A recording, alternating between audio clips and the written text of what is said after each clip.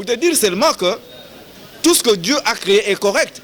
Il a créé toujours deux êtres. Moi, si sexe féminin, non masculin, pour la procréation. Mais je vois très mal comment deux sexes, il y a même sexe, il y a même sens, je crois que là, ça sera un grand défi pour le pays. Dans beaucoup de pays d'Afrique, nous avons encore beaucoup de valeurs à soutenir, à sauvegarder. L'équilibre aujourd'hui, tout le monde, oui, les lesbiennes, homosexuels, PD, mais que faire dans tout ça? Je crois que ça c'est le problème qui incombe dans le ministère de la Jeunesse. Maman Toulouka a vraiment de pain sur la planche. Parce que cette jeunesse aujourd'hui, pervers aujourd'hui, androïde aujourd'hui, androïdé si je peux le dire, androïdé, c'est-à-dire, et comme il passe pour la vitesse, il va passer par WhatsApp ou les réseaux sociaux. Et ça passe, mais je crois que ce que le ministère est tel, transversal, peut commencer à travers le ministère de l'Éducation nationale. Il y a moyen de relever le défi et éradiquer Biloko. Il y a moyen de le faire. Parce que le problème des années sociales change. Quand les parents ne sont pas bien payés, ne sont pas bien rémunérés. Vous avez dit que le défi est belé pour la maman Toulouka sur le plan social et même économique. Quand on doit parler économique, de façon que les parents sont responsables de foyer. Et les premiers parents, c'est l'État qui doit donner de bons salaires conséquents. Les parents de façon que Makamwe va aussi la lobby.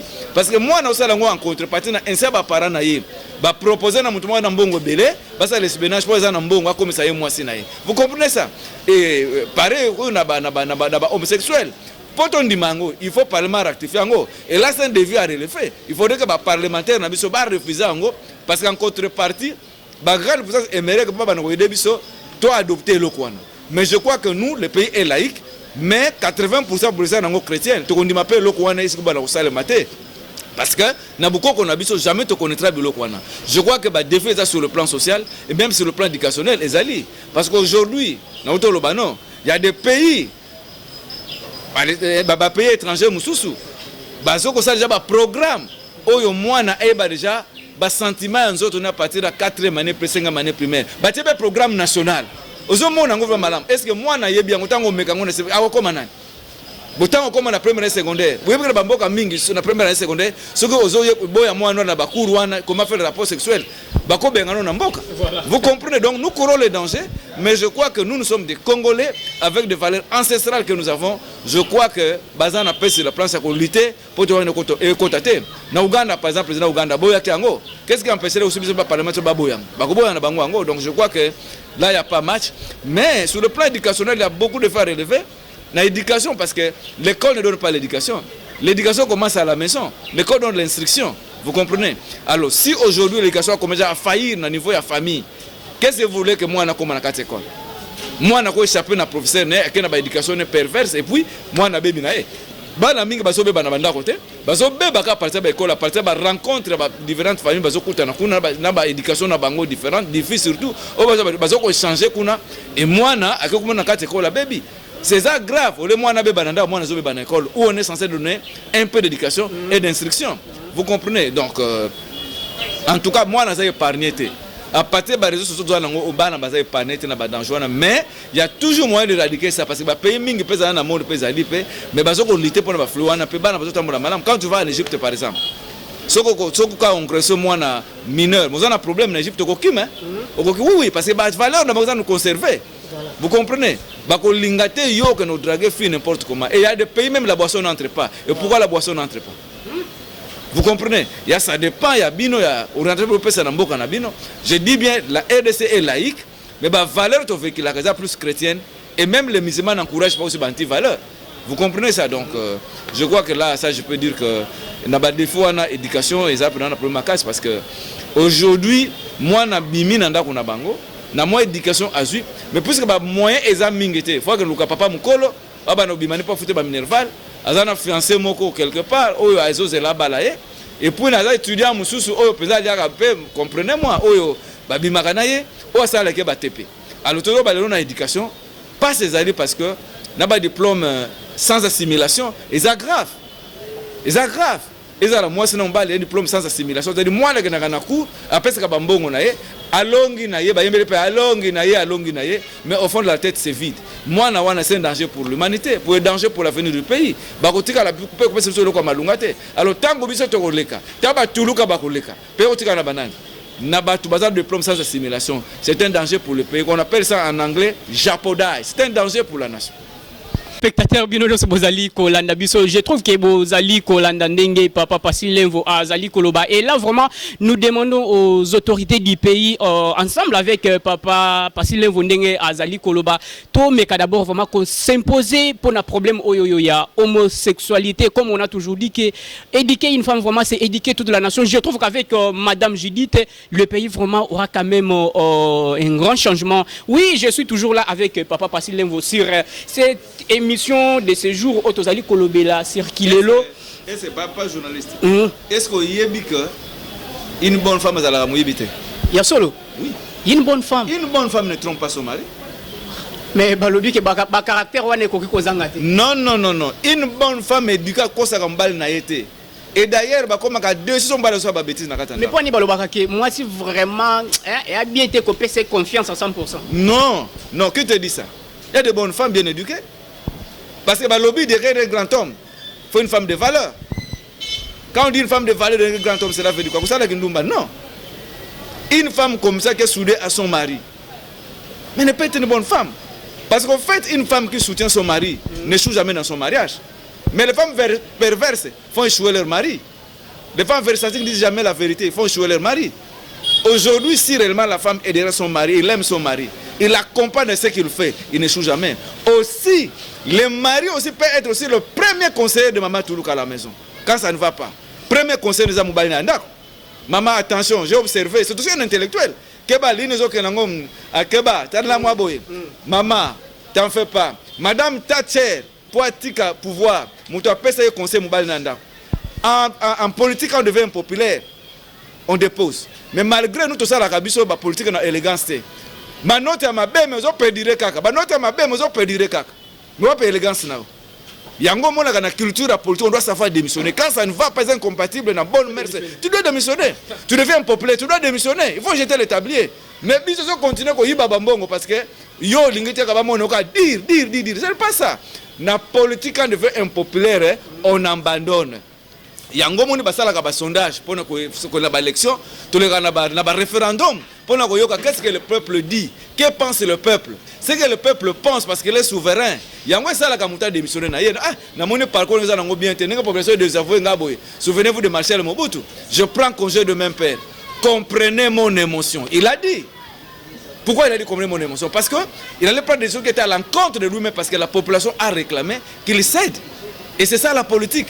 Quand on devient impopulaire en politique, on doit savoir démissionner. Sinon, il faut embraser personnalité nayo, il faut embraser être nayo et même le beau tano comme on a honte. Oui, parce que personnalité ba somba rangote. Ba somba personnalité, on quoi aliéner personnalité nayo dès que comme aliéné, au communal. Au commun la famille sans valeur. Quand il s'abat le banabana no que papa nous a mouillé, est-ce qu'on peut ça bino valeur? C'est là la grande crainte. Vous comprenez ça la grande crainte, c'est-à-dire on fait la politique par élégance. Et on fait la politique pour servir, parce que Dieu nous a créés pour servir. Et les premiers serviteurs, même aussi les hommes de politiciens, sont des hommes de Dieu. Vous savez ça? Ils sont des hommes de Dieu.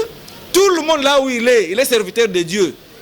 Il n'y a pas seulement de passer aux hommes de Dieu. Et va passer à l'encontre à parole de Bazate. Bazali. Je dis bien aujourd'hui, toute personne est serviteur de Dieu. Parce que Dieu ne nous a créés que pour servir. Tovandi ana pese biso kiti. Biso sali kitio. Muda sali place oyo. Ya dom service na top le prophète. Awa na poboka baka 12 na pese biso place. Mutu ana servir biso, ateli biso kike, ateli biso bakiti, a servir biso. Mutu ya komela ata moi cyclone awa. Pozo sika kota na gishete bako servir ye. Et na politique ba servaka. Ce que bateau servir bango bango sur yote. Oko tingama na bango balingi to yote. Oko konto servir bango. Pour na bango. Alors à ce moment-là tu dois faire quoi? Tu dois jeter le tablier, même qu'on supplée bango demander bango pardon sur sala ki mabe. Donc ils attaquent aux awana aux dirigeants d'arrogance na yo sans demander pardon au peuple congolais. Non, la culture doit changer. Ce que mbebe ezali peuple congolais bo limbisanga yi. Bako yoka yo. Mais oui, j'ai commis une erreur bo limbisanga yi. Bako yoka yo. Parce que le peuple est souverain. Il y a des autres côtés, il y a des autres côtés. Il y a des élections. Apporter à choix na muta sepe na pombo ka tambulani à servir malam. Je crois que c'est ça. Donc tala mutu na lelo, c'est le spirituel qui produit les êtres humains. Avant comme président, aucun une église au bon de là comme président. Avant comme ministre. Bazo compte déjà dans la prière, Nzamba nomenga, Nzamba nomenga, Nzamba nomenga. C'est l'esprit qui produit le matériel, c'est l'abstrait qui produit le concret. C'est un principe. Nzambe ne muta pambolaka. Nini yango toza awa tozozo na mukile uti na Nzambe te. Mumba yemba ngo obota tolo pona nini. Nini yango toza na yango euta na Nzambe te. Molimo nanga kumisa Yesu, kolo Yesu eloko moko te toza nango auta pa na Nzambe te. Parce que l'autorité vient de Dieu. Et comme l'autorité vient de Dieu, il n'y a pas d'hasard avec Dieu. Ce que le Toulouka est là, Zamba Yebake Lelo a comme premier ministre. Et ça hasard, c'est Dieu qui a su que Lelo, que vous voulez ou pas, Fachia Rozalawana. C'est Dieu qui a su que Tolingate Lelo, Mboyo comme une étape comme Lelo, parce que c'est lui qui est le maître des temps et des circonstances. Voilà, c'est là où mon pasteur intervient. Mon pasteur intervient là-bas parce que Dieu est le Dieu de temps et de circonstances. Il sait qui est qui, dans le moment venu, qui va faire quoi. Il le sait d'avance. Et c'est lui qui nous donne ces attitudes-là. Voilà un peu ce que je peux dire. Très chers téléspectateurs, c'est avec vraiment cette ambiance que je vais d'abord saluer la personne vraiment très talentueuse. Oyoyo, Azali Kosala pour que Bino so bisika bozali bozwa biso Martin était là, la personne vraiment qui a tenu la caméra. Et déjà là vraiment avec Papa Pasilenvo. Tozo Kendenar, troisième question Nabiso, il y a sujet Tozali Kolobela toujours qu'il est là. Oyoyo, et comme vraiment sujet Namunoko Yamutunyoso. Oui, Papa Pasilenvo, je vais passer à la troisième question. Oyoyo, et Sengelito Lobela sur les diplômes sous assimilation. Je trouve que les lots Ozali Komona, un gradué, un licencié, Ozomona Pena, maman a dépensé Bambongo autant d'années. Et surtout, bané na biso ya Kinshasa na université mutoko ko sala 7 ans 8 ans. Comme on a lobby wana non, il faut ba sala ba feti, ba nini ba siffler zolé la. Ah. Moi na biso commis licencié, commis docteur, a commis tel. Mais diplôme au moins na biso zali ko zwa wana, ezali vraiment mérité. Est-ce que avec vous Papa Pasilenvo, pouvons-nous nous donner quand même la cause où ezali ko sala été diplôme wana est mérité na titre oyo mwana na biso azali kozwa. Qu'est-ce qui est vraiment à la base? Il y a Eloko wana. Merci. Mais je crois que Eloko wana, nous qui avons étudié chez les catholiques, moi je suis assanefien. Tu vois comment on a au fil du temps. Parce que beaucoup de gens croient qu'être intellectuel, être licencié. Beaucoup de gens croient être licencié, être gradué ou docteur, tout ça. Mais je te dis, je t'apprends aujourd'hui que hier, quand on est D6 commercial, on était déjà au grand complet. Parce que la section commerciale, c'est que nous avons déjà finalisé. Bango de secrétaire de la grande entreprise, parce que la construction commerciale est déjà parmi section technique organisée. Il va pas que c'est le bango qui a bilo comme sous dans le couloir. Ah, on déjà entreprise sans problème parce que moi, j'ai mon comptabilité générale, j'ai mon comptabilité analytique, j'ai mon économie financière, j'ai organisation des entreprises. Qu'est-ce qui m'a pour à diriger Mboka? Vous comprenez ça? Aux yeux, par exemple, la science infirmière. Ça déjà complète parce qu'à l'époque, là, nous avons déjà 6 ans, et la science infirmière, j'ai déjà assistant médical dans un grand hôpital. Il me déjà le rouage. C'est-à-dire, ce que nous vivons aujourd'hui, il y a une dégradation à l'éducation. Dégradation à l'éducation, par paramètres belés, et ça, pour entrer en ligne de compte. Les salaires maudits qu'a enseigné, tu vois, quand Fatih dit qu'elle a trouvé un pays presque mort, il avait tort de le dire. Mais non! Parce que les gens ne veulent pas qu'on dise la vérité. Mais nous qui sommes passés par l'enseignement, nous avons vu graduellement comment l'enseignement a été détruit. Parce que moi j'ai commencé l'enseignement en 1979. Oui. J'étais plus de 15 fois secrétaire de centre des examens d'État. Vous comprenez ça? Suivi à moi, ça veut dire quoi suivi à moi? Moi je ne connais pas le suivi. Les gens suivi à moi. Suivi, ils ont fragilisé moi dans la 4 écoles. Et puis aussi, les parents qui foutent dans l'école, ils ont fragilisé l'école. Pourquoi? Parce que moi, je suis le soutien. Parce que procès comme des devoirs vis-à-vis de mes parents. Parce que mes parents doivent foutre bango. Il faudrait que prise en charge un jour et si la complètement pour l'État soit en charge. Pour moi, je suis échoué. Les gens qui ont soutien. Moi, je suis 30% de degré supérieur. Mais ça, le magasin est or que moi, je suis échoué à la Kamala pour ma performance. Mais les loyaux, ils ont le soutien. Alors moi, je suis suivi la suivi la première année primaire. deuxième année suivi, troisième année suivi, quatrième année suivi, cinquième année suivi, azo montega suivi, tina sixième année, la tête est vide. Et les tonneaux vides font beaucoup de bruit. Bango ne ba tonne la balabala. Tout n'a rien. Donnez-moi un verbe. Si tu as posé la question, peut-être un verbe avoir au temps présent. Verbe avoir au temps présent. Je suis. Azo le bango peut na courage avec courage. Vous comprenez? Donc, tu as une étape donc, difficile, mais bana mayele bazali. O batangi peut bien en Boka Congo. Mais bonne partie à bana peut assimiler les problèmes malamouté. Alors bana wana bazo mériter peut recyclage. Faut l'état comme ko déceler bango. Baba na ko imposer ba formation avant na ko kota na musala. Ne ba ko yeba bango alors bana wana ba bango chouer au lieu batika bango bongo. Ba recycler bango, ba recadrer bango pas à l'état na société. Sinon vous allez catombe dobi. Et ça hécatombe. Et ça hécatombe. Kanisa na par exemple moi na sali par exemple cours à journalisme. Licence. À quel société musala? Balobine 23. 23. Moi na zo bani na ko na biso. Balobine ayaki lelo après cette demande d'emploi non? Balobine bon, vous allez passer le test demain. Moi na lobi comme na kolobi a comme na test. Batone bon 23 maintenant. Na pas besoin ça ce concours. À lobi chez nous hier il y avait pas de courant. Papa mais c'est grave. Chez nous il y avait pas de courant. Or que balobine 23 en looki 23 yebi ka yeba teka na wenze. Bateka na magasin. O balobine kaka décliner profil na yo. Peut-être identité na yo. Balobine 23 mais à lobi papa lobi n'a pas de besoin courant ils ala quitter. Comment tu peux expliquer ça? Comment tu peux expliquer ça? Hein? Ah na uti kuna. Accident mo sai mo grave.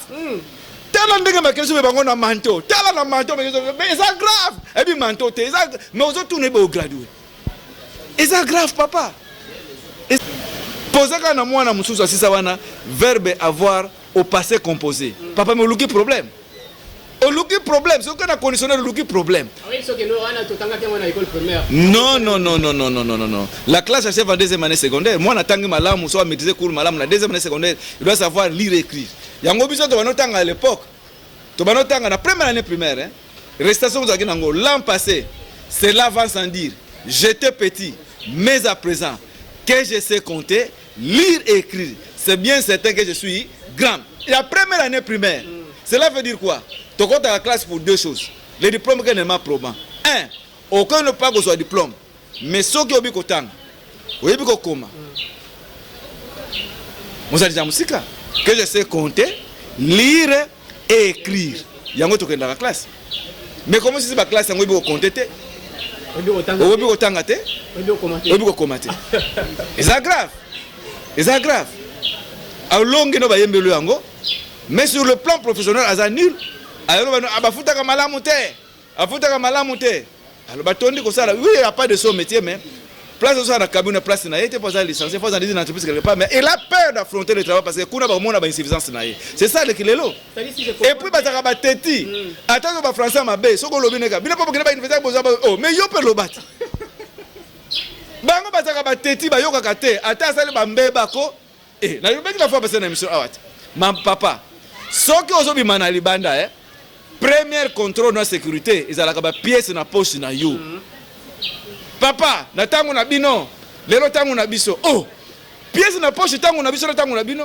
Ville à Kinshasa, so que au cause de l'accident. Ah, papa zo lokanga. Tel est heureusement zo lokanga. Papa zo lokanga ma addiction boy. Ça c'est fait papa. Oh, mais azoye batte que so ça accident pièce que yango ba koyeba que ya kufi to abiki ba memena hôpital ba ba parana. Il ne sait pas ça.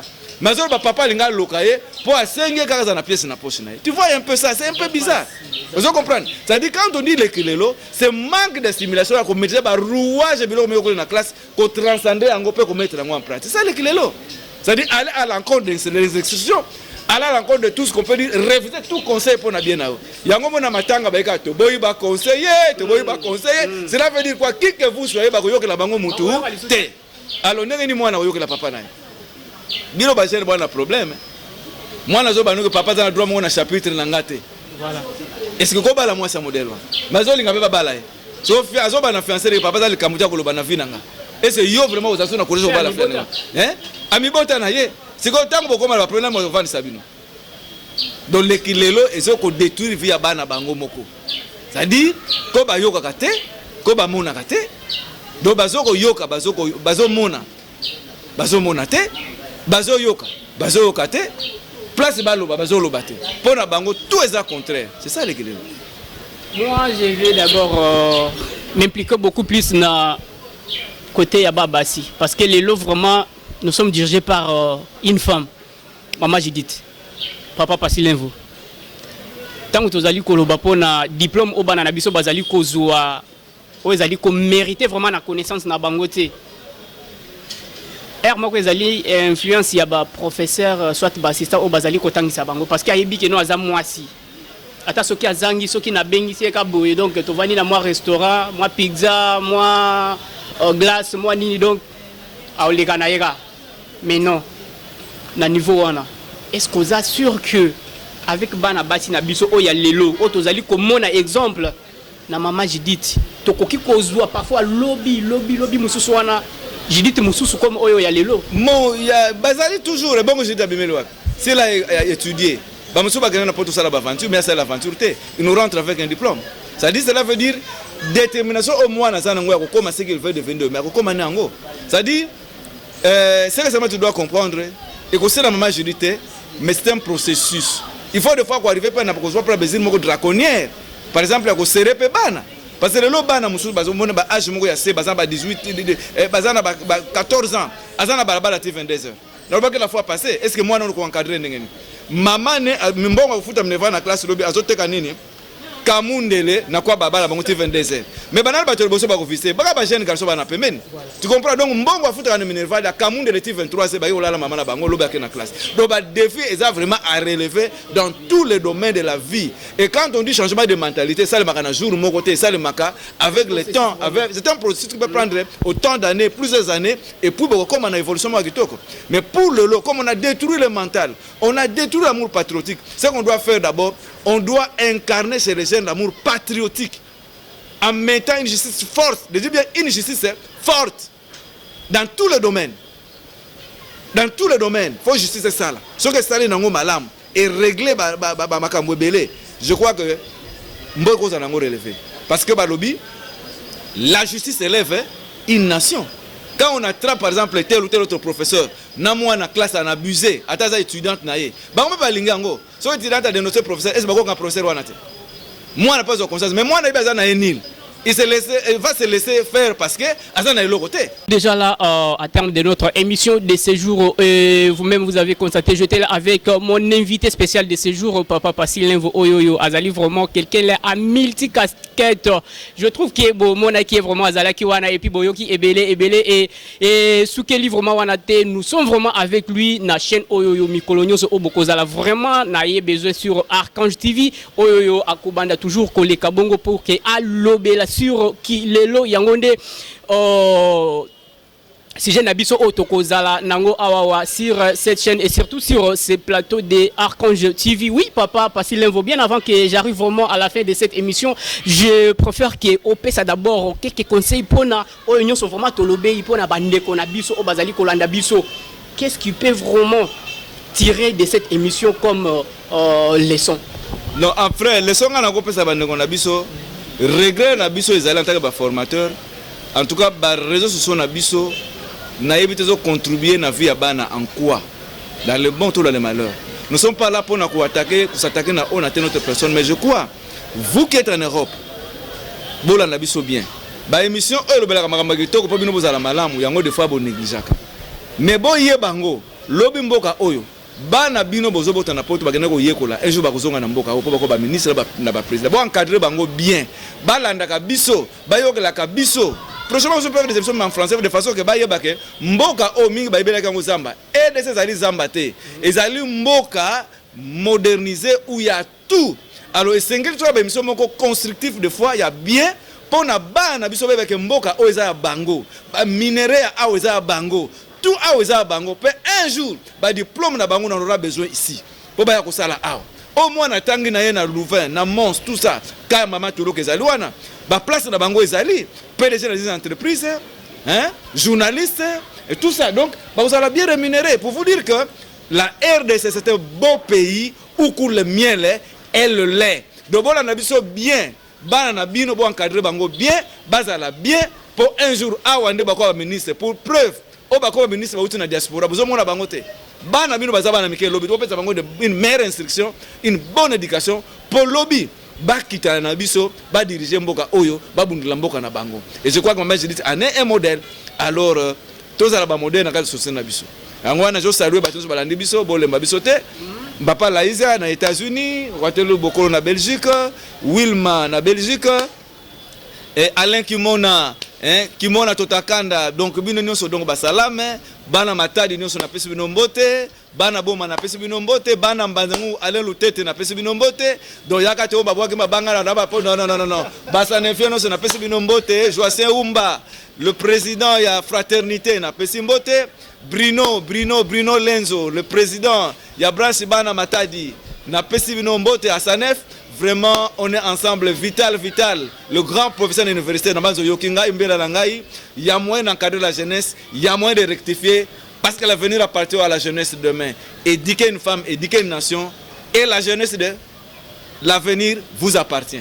Merci beaucoup, Papa Passil-Lemvo. Vraiment, il était là mon invité spécial de ce jour. Et je suis déjà là vraiment à la fin de cette émission et je vais passer d'abord mes salutations vraiment à Monsieur Hervé Kalala, Oyo Azali Kolanda Biso, vraiment sur Archange TV. Na Bossanité vraiment HKD héritier, Wanande Azali, Moutou Oyo à Salaka Makambebele, vraiment na Société Sotiko, na Bossanité Inspecteur Gaylor. Vous êtes vraiment là branché scotché sur cette chaîne pour que Bolanda Biso, Bozali et belé, mais il y a une personne vraiment que je ne peux pas oublier, Martin Itela. Warande Moutazali Kosala pour que Binono se Bozala toujours voilà Biso avec des images là extraordinaires. Et c'était ça vraiment notre émission du jour au Tolobela qui sire Kilelo avec ces 3 points Oyo Tolobela qui Kambo Oyo Ezali Kota la Mboka na Biso et je trouve que Ngai na Bino Tokutani Mikolo Ekoya Zambe na Biso Azala na Bino. Bye.